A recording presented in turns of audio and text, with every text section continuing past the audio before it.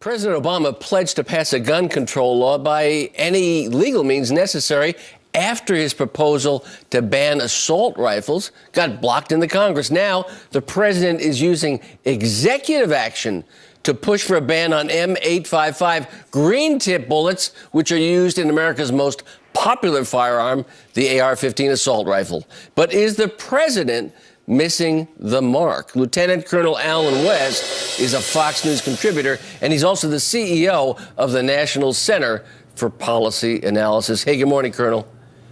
Good morning. How are you doing, Peter? Is the president off the mark, on the mark? Is this a violation of the Second Amendment? What's going on in this country?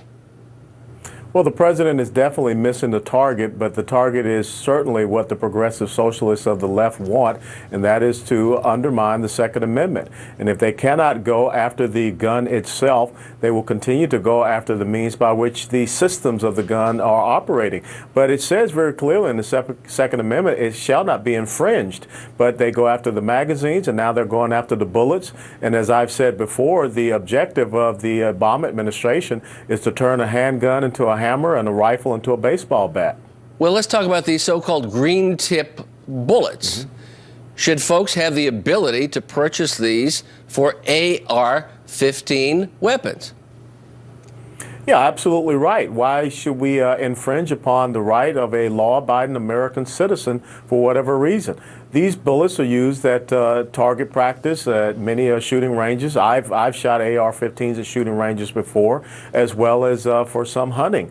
And if you don't see any need or necessity to go after this, why is the Obama administration doing it? You know, the Obama administration refuses to go after, you know, when you look at Newtown and some of the other things, the mental illness side of gun ownership and the fact that we should not have the access to those type of individuals, as we saw out in Colorado. But once again, to make rules and laws that affect law-abiding citizens, you're only going to promote the criminals and what they seek to do. Colonel, how do you respond to the Obama administration's argument that these green tip bullets can be used in semi-automatic handguns and that folks should not have the capacity to have these armor-piercing bullets because they're a risk to law enforcement in this country?